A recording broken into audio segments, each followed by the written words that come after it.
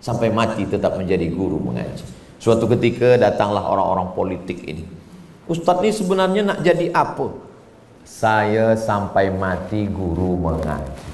Jadi kamu tak usah takut tentang politik. Aku tak ingin jadi apa-apa. Sampai mati tetap guru mengaji. Jadi saya datang ke Kupu. Ini sebenarnya adalah doa saya yang 16 tahun lalu dikabulkan Allah baru sekarang. Assalamualaikum warahmatullahi wabarakatuh. Jamaah dimanapun berada, saya sedang bersama dengan santri-santri penghafal Quran Pondok Pesantren Tahfiz Quran Az-Zahra. Mari kita support Pondok Pesantren Tahfiz Quran Az-Zahra gratis melalui donasi Bank Syariah Indonesia BSI. Nomornya catat baik-baik, 76 7-nya 5 kali, 77 777 656. Sekali lagi 76 77 777 656. Jangan lupa hubungi kontak person berikut ini 0822 4739 5624. Sekali lagi 0822 4739 5624. Berkah selalu, ma'akalta fa'afnaita. Rezeki, uang, gaji, pendapatan yang kau belikan makanan akan busuk. Wa malabista fa'ablaita, yang dibelikan ke pakaian akan lapuk. Wa mata saddaqta fa'amdaita, yang kau sedekahkan itulah yang akan kekal abadi menjadi amal bekal untuk hari esok. Berkah selalu. Assalamualaikum warahmatullahi wabarakatuh. Az-Zahra nahnu juz'un la yatajazza. Allahu Akbar. Assalamualaikum warahmatullahi wabarakatuh. Alhamdulillah wassalatu wassalamu ala Rasulillah sayyidina wa maulana Muhammad ibni Abdillah wa ala alihi wa sahbihi wa man da'a bi da'watihi wastanna bi sunnatihi ila yaumi liqa'i rabbih wa ba'du. Sayyidi al-mudir Fadilatul Doktor Adnan bin Bashar hafizahullah wa saddada khutah, mudir College University Perguruan Agama Sri Begawan, masyayikh al-kiram, al-asatizah wal ustadzat, at-tullab wa talibat, semuanya insyaallah dimuliakan Allah Subhanahu wa taala. Amin ya rabbal alamin.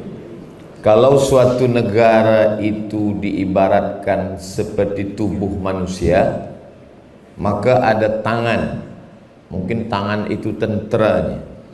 Ada kaki, mungkin kaki itu pekerjanya.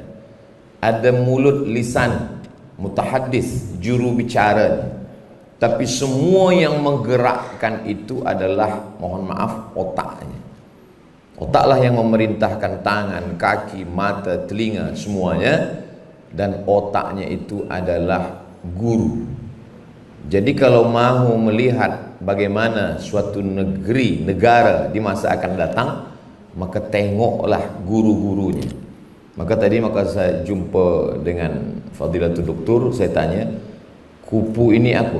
Di sini dididik menjadi guru. Maka otak negeri ini ada di sini.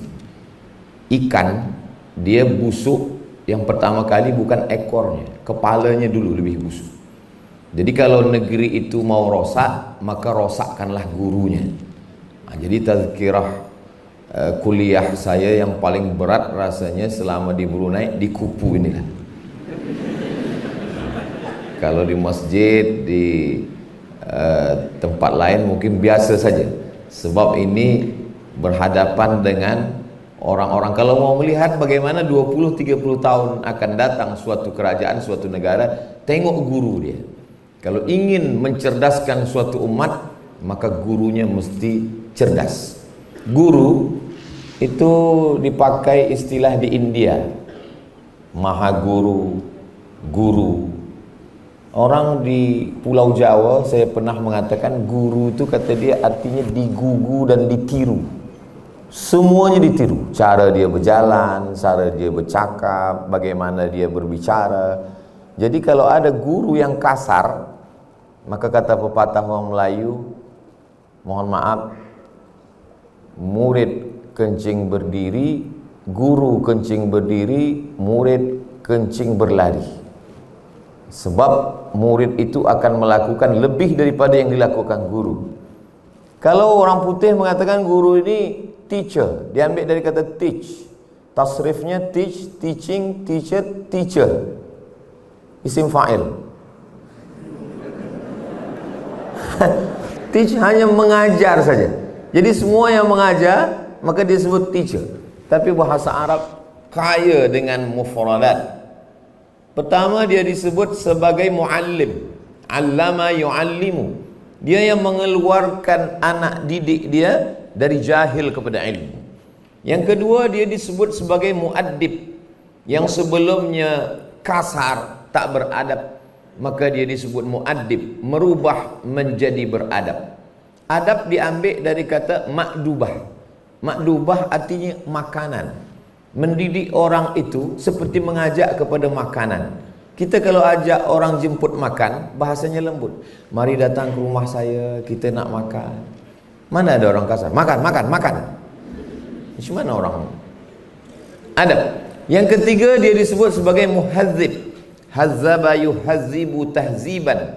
Muhazzibun, orang yang menghaluskan budi pekerti. Maka Ibnu Maskawai membagi judul kitab dia Tahzibul Akhlak, menghaluskan akhlak. Yang keempat disebut dia sebagai mudarris. Darrasa yudarrisu, indaras, habis semuanya. Guru kalau dia sayang kepada murid, semua ilmu dia bagi. Kalau ada guru yang tidak mengajarkan semua ilmunya, itu guru silat. Biasanya guru silat kalau dia punya ilmu 10, yang dia bagi ke murid 9. Sebab satu ni dia pegang. Sebab kalau dia bagi semua, nanti dia dibunuh muridnya. Guru berbahagia melihat muridnya mendapatkan semua ilmu. Maka kata Imam Malik bin Anas, meninggal tahun 179, kepada muridnya Muhammad bin Idris Asy-Syafi'i, meninggal tahun 204. Kata dia, wahai Syafi'i, carilah guru yang lebih alim daripada aku, kerana ilmuku sudah habis engkau ambil. Beza dengan guru sekarang. Tiada siapa lagi yang alim daripada aku, maka engkau belajar pada aku saja. Tapi Ustaz Somad tu kata orang alim, dia kulit-kulit kitab saja. Syariatnya saja. Hakikatnya ada semua pada aku. Lalu kemudian ustaz. Ustaz ini bukan bahasa Arab. Dia diambil dari kata bahasa Faris, Persia. Ustaz artinya orang yang memiliki banyak ilmu pengetahuan. Maka di Kaherah, masa kami belajar dulu, nama rektornya Al-Ustaz Ad-Doktor Ahmad Omar Hashim. Ustaz artinya profesor. Dia punya pengetahuan banyak, disebut ustaz. Tapi sampai ke kampung saya, guru mengaji alif bata pun dipanggil ustaz juga. Semua panggil ustaz. Akhirnya saya pun nama saya dipanggil UAS, Ustaz Abdul Somad. Kenapalah panjang betul nama ustaz disebut sampai 2,5 meter. Itu ada asbabun nuzul. Karena setengah orang yang tak faham kata dia sombong. Apalah Ustaz Abdul Somad ni profesor, doktor, syekh, LCD, ESA, PhD, datuk. Itu kan semua tinggal, kita akan mati. Betul. Saya pun dulu mula-mula balik tak suka tulis panjang macam tu. Saya sebut kata pengerusi masjid semua, sebut saja Ustaz Abdul Somad. Dah, suatu hari ada newspaper di tempat saya. Di halaman muka surat last kali belakang, mohon maaf, beribu maaf, jual obat kuat. Penjualnya tu ustaz semua. Masa saya tengok tu ini nampaknya umat ni tak boleh bezakan mana ustaz yang takhrij hadis, mana yang takhrij jin. Dia tak tahu. Maka itulah untuk membezakan, ini ustaz yang mengajarkan ilmu agama Islam, ini ustaz yang sebenarnya isinya bukan ustaz, tapi hanya ingin mengambil nama saja. Kadang bomoh pun guna ustaz juga, merosakkan nama baik ustaz. Jadi kesemuanya muallim, muaddib, muhazzib, ustaz, syekh. Syekh biasa digunakan untuk orang yang sudah tua di atas 50 tahun. Jadi kalau ada dipanggil, apa kabar Syekh? Saya muda lagi. Tapi ada orang yang muda kerana ilmunya, dipanggil juga dengan sebutan syekh. Ini semua adalah mustalahat, nama-nama, tapi di balik nama itu ada makna yang terkandung, bahwa orang yang berilmu itu al-alimu kabirun walau kana saghiran. Orang yang berilmu dia akan dipandang besar walaupun dia kecil muda usianya, dia akan didudukkan di majlis para orang-orang besar seperti Sayyidina Abdullah bin Abbas radhiyallahu anhuma yang didoakan oleh Nabi, Allahumma faqihhu fid din wa 'allimhu ta'wil warzuqhu fahmal mursalin. Maka didudukkanlah dia oleh Amirul Mukminin Sayyidina Umar ibn al-Khattab dalam satu majlis, padahal manakala Nabi Muhammad SAW meninggal dunia, umur Abdullah bin Abbas 15 aman, 15 tahun.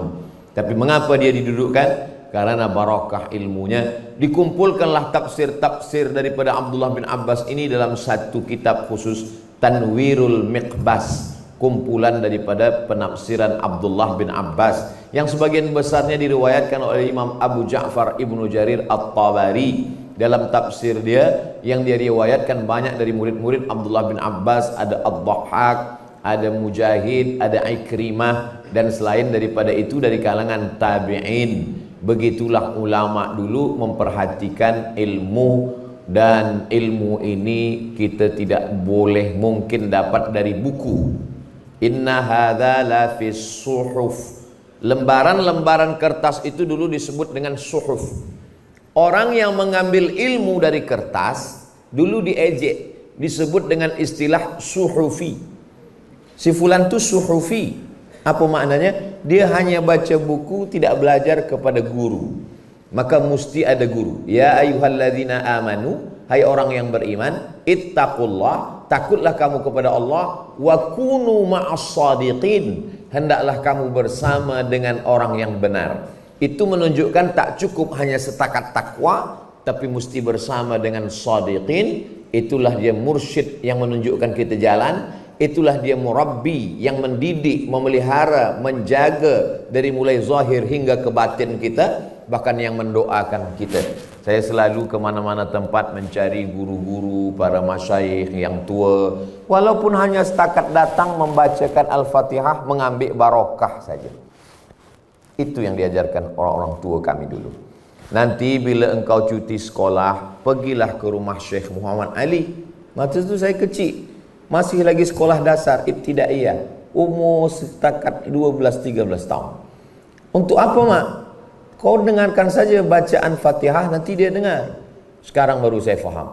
Rupanya disuruh bacakan Fatihah kemari, disuruh dengarkan Al-Ikhlas ke sini, disuruh bacakan ayat Quran sini, lit tabarruk, untuk mengambil barakah.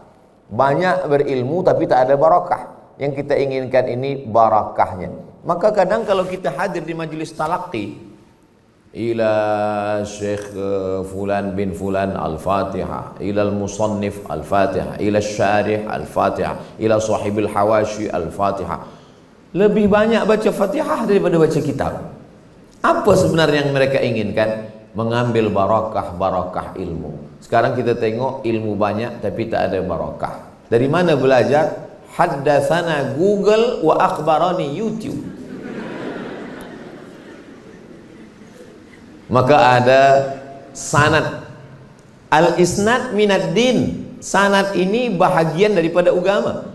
Fanzuru amman ta'khudhu dinakum. Perhatikan kamu mengambil agama kamu dari siapa? Dari Khawarij? Tidak.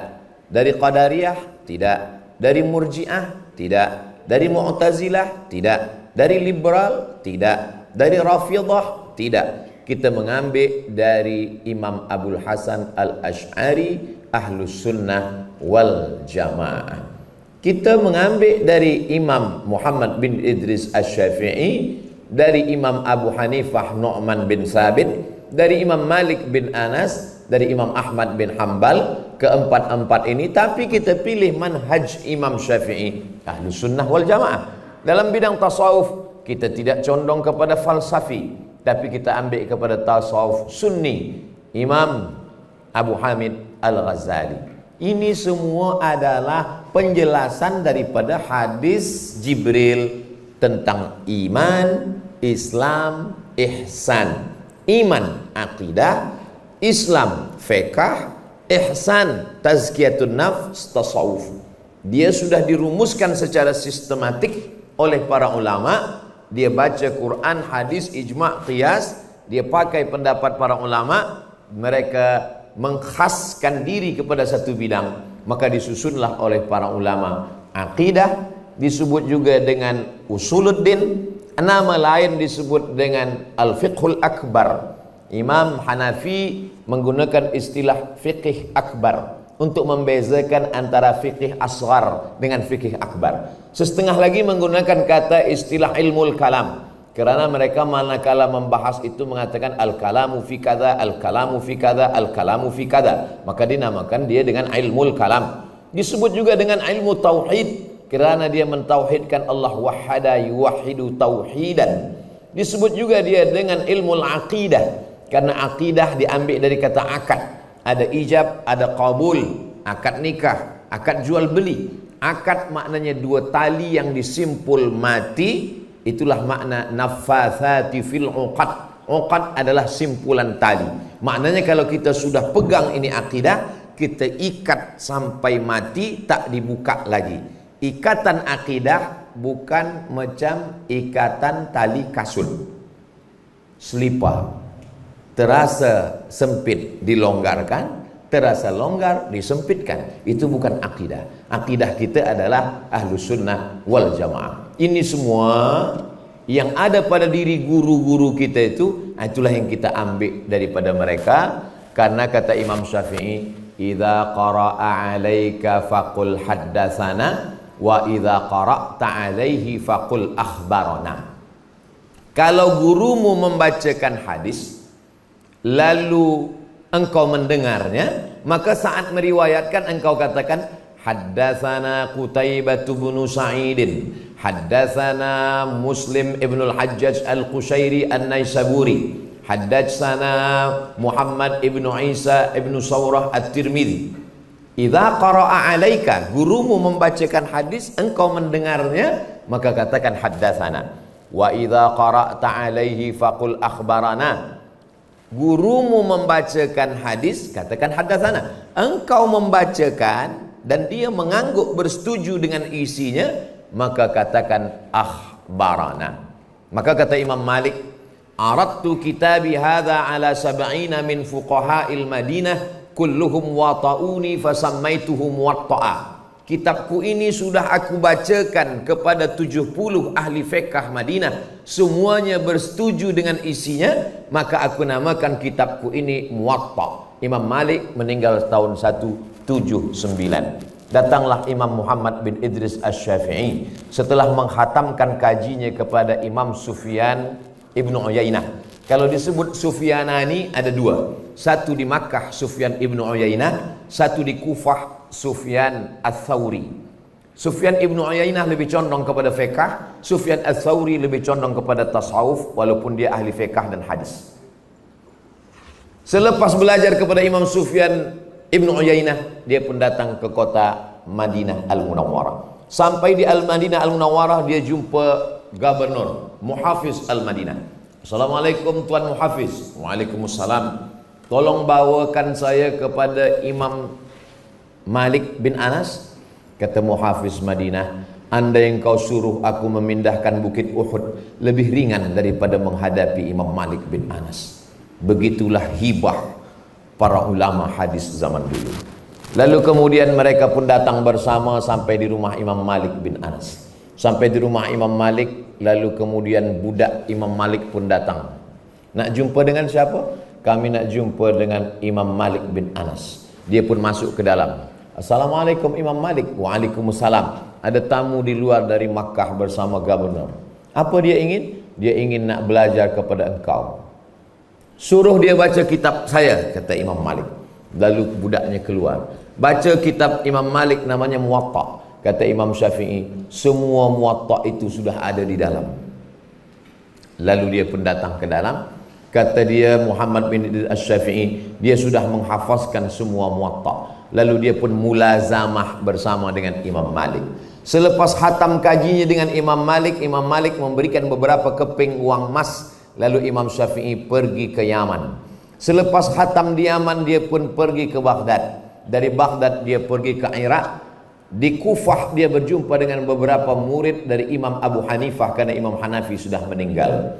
Selepas itu tahun 200 dia pun pergi ke Mesir. Di Mesir dia 4 tahun, meninggal tahun 204 di Fustat. Di Mesir dia belajar kepada murid-murid Imam Laits bin Sa'ad. Kerana setengah ulama fuqaha mengatakan kana Laitsu afqah min Malik, karena Imam Laits lebih faqih daripada Imam Malik bin Anas. Ar-rihlah fi talabil hadis, mereka keluar berjalan untuk mencari ilmu. Ini kesulitan-kesulitan perjalanan kepayahan ini semua sudah terselesaikan dengan adanya college, university, perguruan agama Sri Begawan. Sehingga tidak perlu lagi melakukan, kalaupun ingin juga membaca kitab, mendengar muhadarah, para masyayikh datang, dibuat daurah, dibuat talaqi, hadis musalsalat bil awaliyah, hadis musalsalat musyabakah, membacakan kitab arba'in dengan bersanad, daurah dibuat untuk riyadhus salihin, daurah dibuat untuk kitab-kitab tafsir.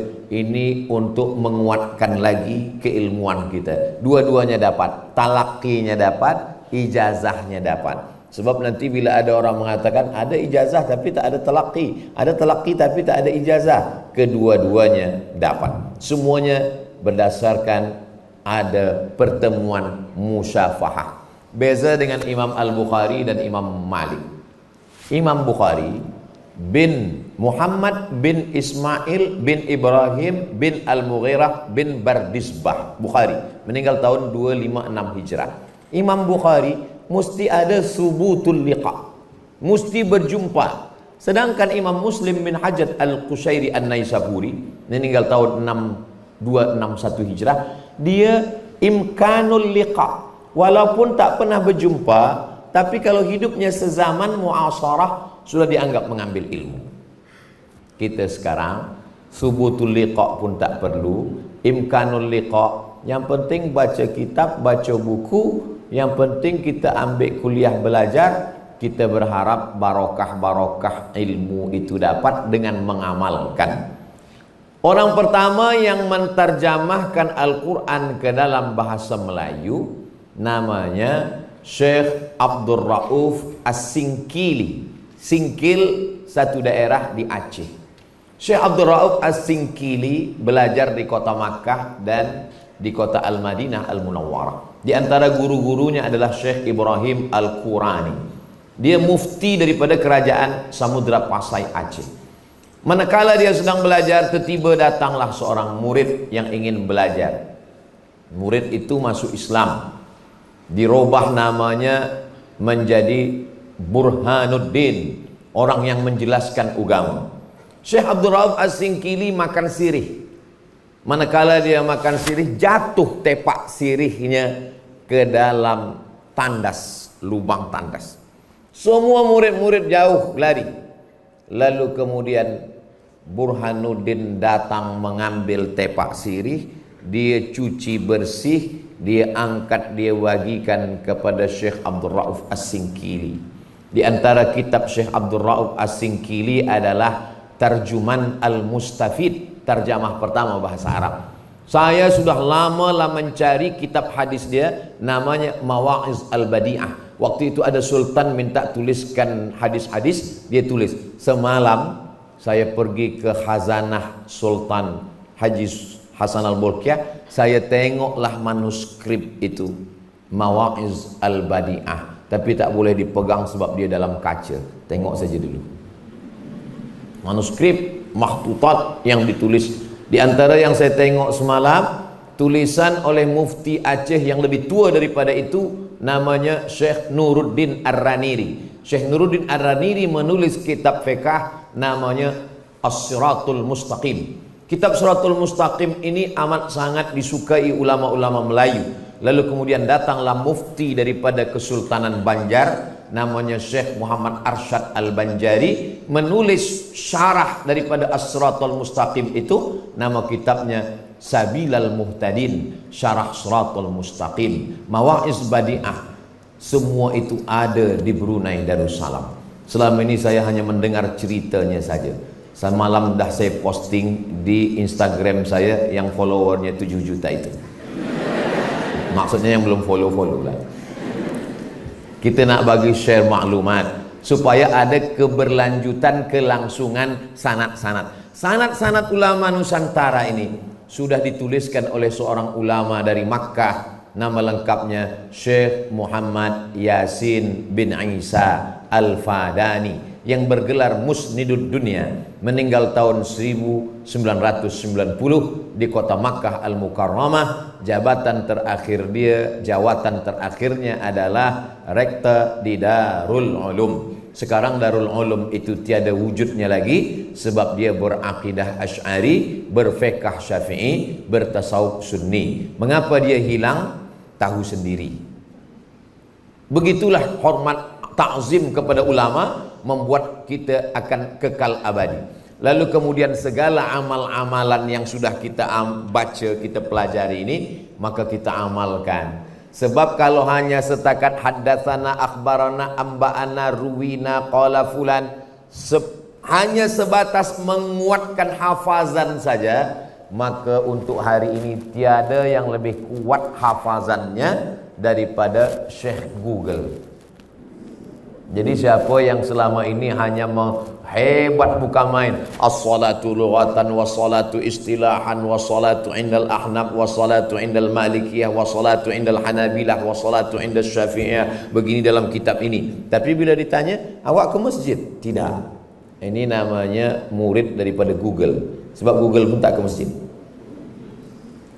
Man talaba ilman, siapa yang menuntut ilmu, mimma yubtagha bihi wajhullah, yang semestinya ilmu itu dia dapatkan untuk mencari ridha Allah, tapi dia cari irdan minad dunya, hanya mencari dunia, liumari bihil ulama wa liujari bihis sufaha, karena hanya ingin mendebat ulama dan ingin merasa hebat di tengah orang-orang yang jahil, lam yajid irfal jannah, maka dia tak mendapatkan surga.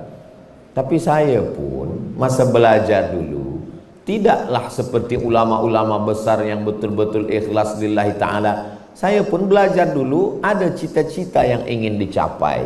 Dulu Ustadz belajar jauh-jauh ke Kaherah ingin apa?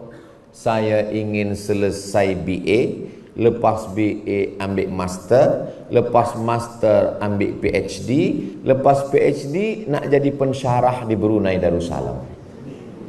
Lepas itu menikah dengan pujaan hati, buah hati belayan jiwa, siang dan malam terbayang-bayang, malam tak tidur, makan tak kenyang.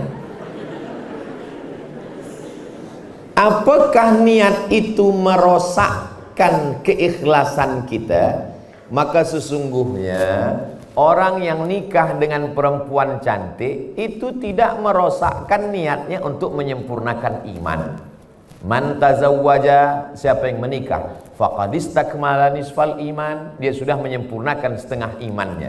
Tapi dia tetap disuruh Nabi untuk melihat wajah perempuan itu dan menengok tapak tangan. Itu menunjukkan melihat wajah dan tapak tangan tidak merosakkan niat ikhlas menikah. Jadi kalau ada orang belajar di kupu, lepas itu dia mengurus syahadah, ijazah, ditanya kawan, engkau nak ke mana? Saya nak uruskan syahadah ijazah.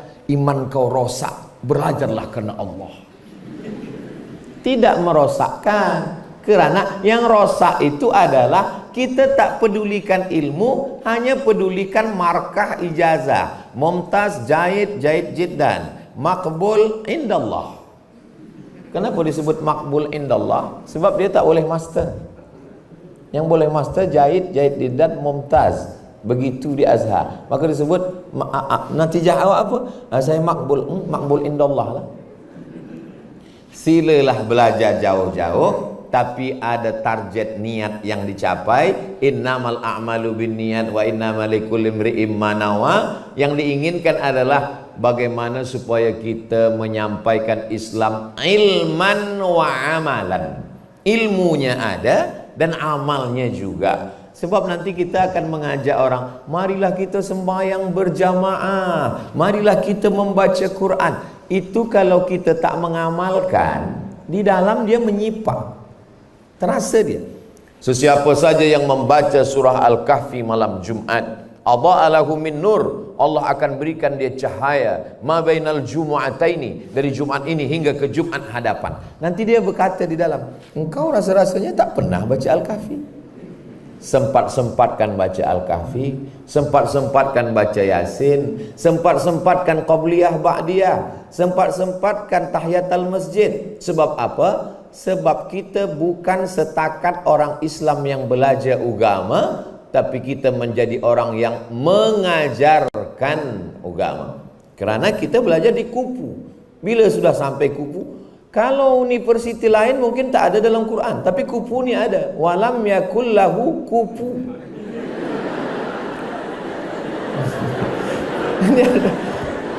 Biasa orang lain belajar agama, untuk diri dia saja. Tapi kita belajar agama ni akan mengajarkan kepada orang lain. Bagaimana kita boleh mengajarkan kalau kita tidak mengamalkannya? Man amila bima alima. Siapa yang mengamalkan yang sudah dia tahu, allamallahu ma lam ya'lam. Dalam Qur'annya, wattaqullah, takutlah kamu kepada Allah, wa yu'allimukumullah. Paksakan jaga malam, paksakan. Sebab bila kita tak jaga malam, memanglah kita tak boleh macam Nabi jaga pukul 1, pukul 2. Paling tidak 1 jam sebelum azan subuh, jaga mandi bersih, 2 rakaat solat sunat wudu, solat sunat taubat, solat sunat tahajud, solat sunat hajat, tutup witir, istighfar, salawat, la ilaha illallah. Tak lama sesudah itu, insya Allah masuk waktu subuh berjamaah ke masjid. Jangan sampai ibu bapa kita manakala kita cuti balik ke rumah, Masya Allah, tabarakallah, anak saya ustaz, dulu dia hanya setakat solat subuh saja. Sekarang lepas balik dari kupu ni, saya tengok duha dia tak tinggal. Tapi ada yang saya ingin tanya ke Ustaz Somad, apa tu? Kalau duha dengan baca kunut tu mazhab apa Ustaz? Itu bukan duha makcik, itu subuh kesiangan. Kita ingin kita ada nilai lebih, sebab nanti kita akan balik ke masyarakat. Cubalah untuk berlatih. Beruntungnya kita yang belajar di negeri kita, di tanah air kita, kita boleh praktik balik ke kampung. Saya di Mesir 4 tahun, tahun 98 hingga 2002, tidak pernah tazkirah khutbah sekalipun. Sebab saya tak ada balik kampung. Lalu kemudian di Maghribi tahun 2004 hingga 2006, tak pernah khutbah, tak pernah tazkirah, tak boleh praktik. Tapi kalau kita di negeri kita sendiri, kita balik kampung. Jangan sampai setiap balik kampung datang orang nak minta baca doa, minta jadi imam, demam. Demam sesekali-sekali, takkan demam tiap hari. Pagi demam, siang demam, bila makan sihat. Ini memanglah, walaupun kita banyak hafal Quran, kalau kita tak praktik, maka macam membaca ayat itu hilang semuanya. Kenapa Ustaz tahu? Saya pernah mengalami itu. Sampai ke hadapan kita dah hafaz betul ini satu muka surat, sampai di situ hilang, yang nampak semua kul huwallahu ahad. Apa boleh buat? Baliklah ke ayat yang lama. Maka berlatih dulu. Kalau nak latih, jangan terus imam maghrib, imam isya, latih ke masjid imam silent aja dulu. Imam zuhur dengan asar. Modalnya tak banyak, takbir aja. Tapi jangan lupa sami Allahu liman hamidah. Kadang sebab nervous ni, Allahu Akbar. Kata makmum di belakang, sami Allah Tuhan. Kita amalkan, datang ke masjid, bagi tazkirah, siap-siap, simple-simple saja. Pilih hadis-hadis yang ada number 1, 2, 3, 4. Selalu saya siapkan, supaya kalau kita balik ke kampung, diminta orang bagi tazkirah, la tazulu qadama 'abdin yaumal qiyamah. Kaki anak Adam akan tetap tegak berdiri hatta yus'al, sampai dia disoal. Yang disoal itu ada 4. Yang pertama yang ditanya an umrihi fima amil, an umrihi fima afnah, umur kemana dihabiskan. Yang kedua an ilmihi fima amil, ilmu sudahkah diamalkan. Yang ketiga an malihi min aina iktasabahu wa fima anfaqahu, harta dipakai kemana, diambil dari mana. Yang keempat an jismihi fima abla, mata, tangan, telinga, kaki, badan, kemana saja dipakaikan. Habis 4, selesai. Anak panjang sikit, sab'atun yuzilluhumullahu fi zillihi yawma la zilla illa zillu. Lebih panjang daripada itu, carilah hadis lain yang agak panjang sikit. Ini semua setelah kita pelajari dengan guru, dengan syekh, lepas tu kita amalkan supaya kita lebih yakin, lalu kemudian kita ajarkan. Khairukum, siapa orang yang paling baik di antara kita semua? Man ta'allamal Qur'an, orang yang belajar Quran, wa 'allamahu, dan orang-orang yang mengajarkan Al-Quran. Sebab yang lain-lain tinggal. Kalau ada orang yang kaya, semua tinggal. Kalau ada orang yang banyak emas, semua tinggal. Yang tetap kekal abadi adalah tuan-tuan guru. Tadi saya mula masuk bersalaman dengan salah satu syekh ustaz kita, Ustaz Abdul Somad. Saya adalah murid daripada Tuan Syekh Azra'i Abdul Rauf.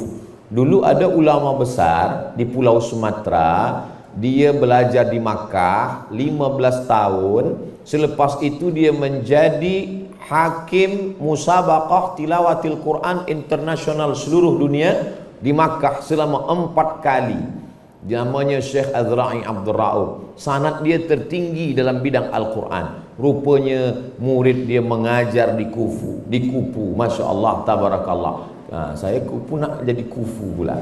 Maka kita ambil ilmu-ilmu ini, sanad-sanad keilmuan, mengambil barakah. Para masyayikh tadi jumpa Ustaz Abdul Somad Aga Kareba. Oh, ini dari Makassar. Apa maknanya? Dari berbagai negeri berdatangan para alim, para ulama. Kita tinggal menghaskan ilmu saja duduk. Saya ambil cuti 1 bulan. Bulan Ogos 2017. Saya tinggalkan kelas mengajar, cuti, saya tinggalkan jadwal tazkirah. Jadwal tazkirah saya 1 hari 3. Di Brunei ini pun 3. Pagi, siang, malam. Macam makan ubat. Saya hilangkan semuanya, saya ambil cuti, saya pergi ke Kaherah. Saya balik dari Kaherah 2002. Pergi lagi ke Kaherah 2017. Selepas 15 tahun. Datang lagi. Hanya untuk menghatamkan Asy-Syama'il Al-Muhammadiyah, menghatamkan Sunan Tirmizi. Sebab saya dengar kabar akan ada pembacaan dengan Sayyid Usamah Mansi, murid daripada Sayyid Muhammad bin Alawi bin Abbas Al-Hasani Al-Maliki. Datang ke sana, baca kitab, dengar, mengambil ijazah, balik, mengambil barakah. Jadi saya tidak pernah merasa diri saya ustaz. Saya tak pernah merasa diri profesor. Sampai hari ini pun saya sedang merasa seorang sahabat yang sedang berbagi cerita dengan sahabatnya. Saya ini rasa-rasa umur 20 sekarang. Jadi saya suka berbagi, share maklumat. Sampai hari ini kalau saya jumpa sama orang-orang tua, para masyayikh, ajizni, beri saya ijazah, astajizukum, bagi saya hadis musalsalat bil awaliyah, dengarkan bacaan Al-Fatihah saya. Sebab musibah terbesar penuntut ilmu adalah begitu ketika dia merasa dirinya alim, musibah sudah datang. Jangan pernah merasa alim. Dalam bahasa Inggris, pelajar itu selalu disebut dengan student. Saya tak tahu apa fi'il madinya. Tapi kalau dalam bahasa Arab, murid, penuntut, itu disebut paling tidak 3. Yang pertama, talib, dari kata talaba yatlubu. Talaba yatlubu, menuntut, mencari. Man talaba ilman. Maka kalau ada penuntut tidak mencari, berarti dia bukan talib, bukan penuntut. Lalu siapa dia? Student. Yang kedua, bahis. Biasanya bahis digunakan untuk magister, PhD, itu bahis. Bahis fil doktorah, bahis fil magister. Dari kata bahasa ya bahasu, mencari. Awak ni doktor ke master? Saya ni bahis. Bahis apa? Mencari jodoh. Yang ketiga adalah murid. Itu dipakai ulama tasawuf. Arada yuridu iradatan muridun. Murid artinya orang yang punya iradah, keinginan yang kuat. Ketiga-tiga kalimah ini adalah orang yang bersemangat. Talibun, bahisun, muridun. Tapi di negeri Melayu biasanya yang dipakai murid. Murid-murid, kata Upin Ipin. Murid adalah orang yang memiliki kekuatan untuk belajar. Jadi nama bukan sembarang nama. Nama dipilihkan. Jadi kalau ada orang mengatakan, tak ada beza lah antara bahis, talib, murid dengan student. Dia ada filosofi, ada makna yang dalam. Dari kata gurunya sampai kepada muridnya menggunakan mustalahat khasah, istilah-istilah yang khas. Lalu selepas itu yang paling dalam dari semuanya, kitab apapun dibaca, sebanyak apapun hafazan, sehebat apapun guru, kalau ini tidak ada maka hancur berkeping. Itulah dia, wa ma umiru illa liya'budullah mukhlishina lahuddin. Ikhlas karena Allah Subhanahu wa taala. Keikhlasan ini yang membuat setan tak boleh masuk. Karena kerja setan itu hanya mengipas api. Ketika ada percikan api, ada api memercik sikit, setan hanya mengipas. Kalau tak ada api, setengah mati setan mengipas, api tak akan muncul. Maka bila ada riya, ada sum'ah, ada macam-macam di dalam, cepat kita padamkan dengan istighfar. Baik menjadi murid maupun menjadi muallim, baik menjadi talib maupun menjadi ustaz, baik menjadi bahis maupun menjadi profesor. Apapun yang ada kesombongan dalam hati kita, cepat. Apakah Ustaz Abdul Somad itu hatinya sudah tak ada sum'ah, tak ada riya, tak ada takbur, tak ada ingin dunia? Itulah sayangnya Allah. Allah tutupi 4 lapis apa yang ada dalam dada saya ini. Lapisan yang pertama tulang, lapisan yang kedua daging, darah, lemak. Itu yang di dalam. Yang di luar dia lapis lagi 3 lapis. Lapisan di dalam t-shirt, lapisan yang kedua kemeja, lapisan yang ketiga apa namanya, blazer. Maka dia bagi 3 lapis kita ini. Tapi manakala menghadap Allah, lepaslah semua lapisan-lapisan ini. Yang kita bawa hanya keikhlasan. Maka datanglah ulama tasawuf, bermimpi berjumpa dengan ulama fiqh. Taulah macam mana ulama fiqh, jabatan, ilmu, kemasyhuran. Ulama tasawuf tersembunyi, tak ada orang kenal. Begitu meninggal, bermimpi ulama tasawuf berjumpa dengan ulama fiqh. Lalu dia tanya, apalah yang engkau dapatkan ketika menghadap Allah? Hanya 2 rakaat di tengah malam, yang lainnya hilang, tak berkesan sama sekali.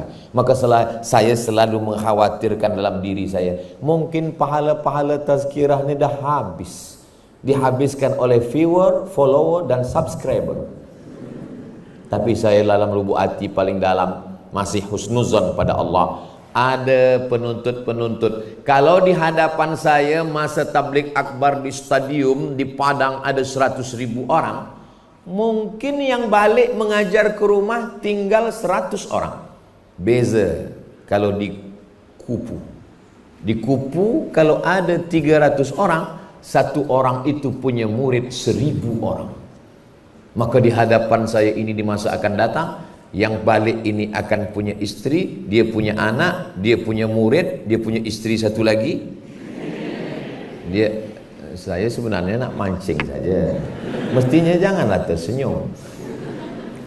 Akan punya suami, akan punya anak, akan punya murid. Maka murid-murid mereka ini menjalar ke seluruh dunia. Itulah yang akan menjadi amal jariah sampai kita menghadap Allah Subhanahu wa ta'ala. Apa yang kita cari di dunia ini? Apalah yang dicari di dunia ini? Saya pun dulu masa menjadi penuntut seperti adik-adik saya sekalian, seperti penuntut-penuntut sama. Waktu sampai di Makkah, pergi haji dari Kaherah, naik kapal laut 2 hari 2 malam, dipukul ombak, dihempas gelombang.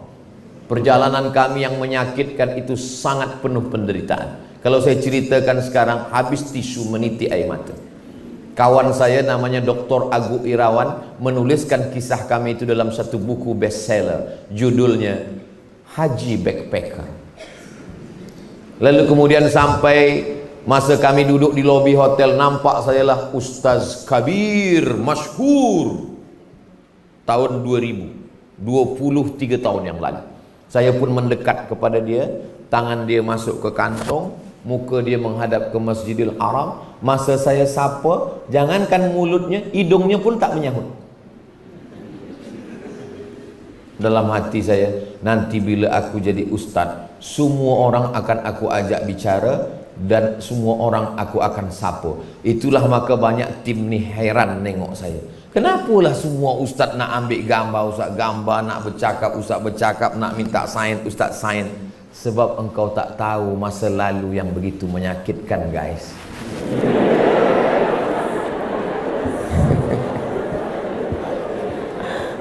Saya tidak pernah berjumpa orang melihat diri saya sebagai ustaz, tapi saya selalu melihat diri saya 23 tahun yang lalu yang berjumpa Ustaz Kabir di hadapan Masjidil Haram. Maka bila saya nampak muka orang, saya sedang melihat diri saya dalam diri dia. Seolah-olah saya berkata, I was there. Itu masa lalu saya.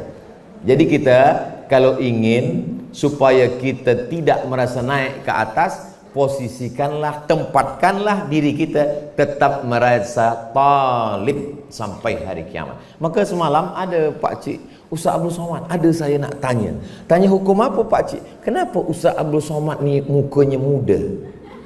Kata saya, rahasianya satu Pakcik, jangan pernah merasa ustaz, tapi merasalah sentiasa kita talib. Talibul ilmi, mencari ilmu terus.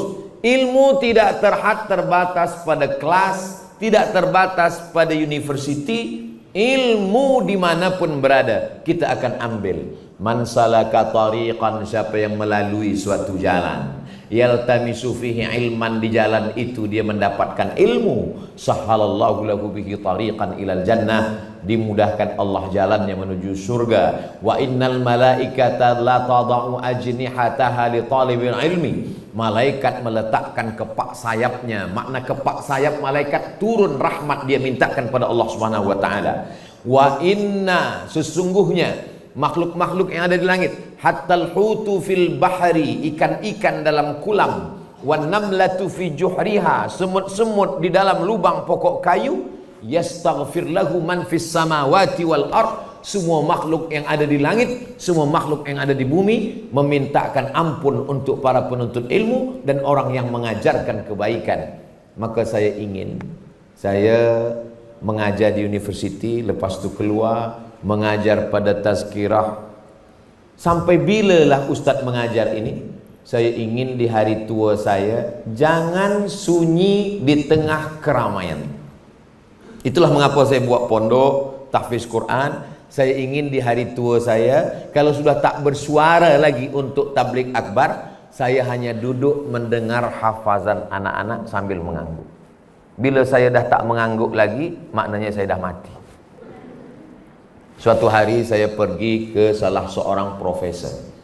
Aku rindu dengan Ustaz Abdul Somad, boleh bawakan dia ke rumah saya? Kawan saya telefon, saya pun datang.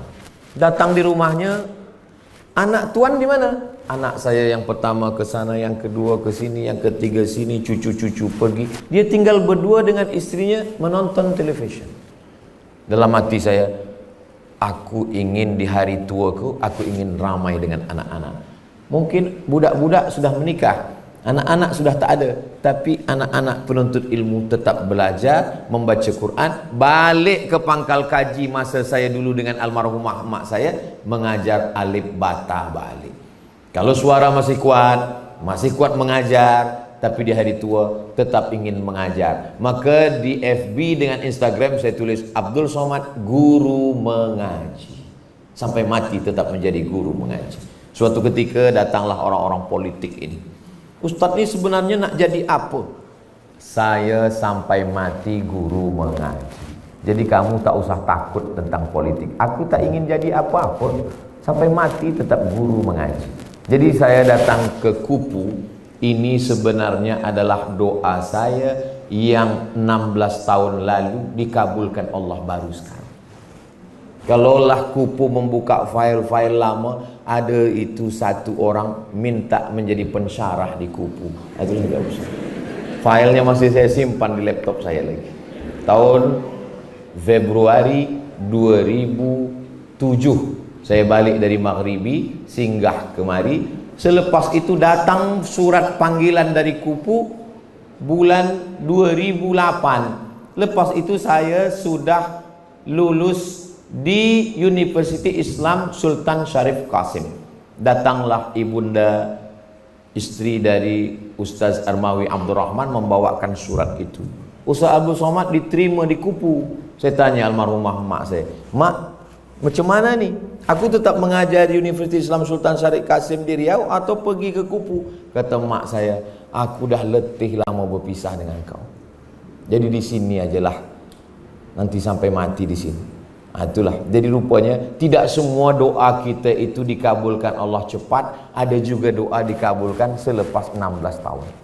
Akhirnya hari ini kita bersua, saya amat sangat senang sekali, dan saya memang tak pernah minta kepada Puan Nur Khadijah, tolonglah buatkan jadual saya di Kupu. Nah, saya ingin menengok macam mana Allah mempertemukan takdir ke Kupu. Begitu rupanya Allah. Begitu juga nanti adik-adik bila menikah ditanya, macam mana hubungan kamu dulu? Aku tak pernah mencari kamu, kamu pun tak pernah mencari aku. Allah mempertemukan kita. Jazakumullah khairan, Fadilatul Syekh, para al-masyayikh al-kiram. Pada kesempatan baik ini saya diberikan kesempatan. Kata orang Melayu, saya ini sekarang sedang menumpang tuah. Sekali bagi tazkirah kuliah umum, tapi insya Allah saya akan mendapatkan amal jariah daripada adik-adik saya ini semua insya Allah. Kurang lebih mohon maaf, saya kembalikan kepada moderator. Terima kasih. Wassalamualaikum warahmatullahi wabarakatuh. Assalamualaikum warahmatullahi wabarakatuh.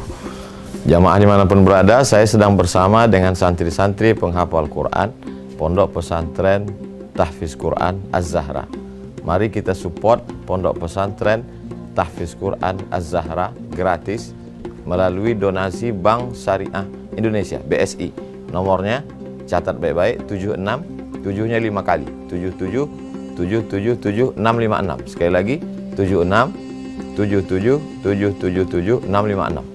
Jangan lupa hubungi kontak person berikut ini 0822 4739 5624. Sekali lagi 0822 4739 5624. Berkah selalu.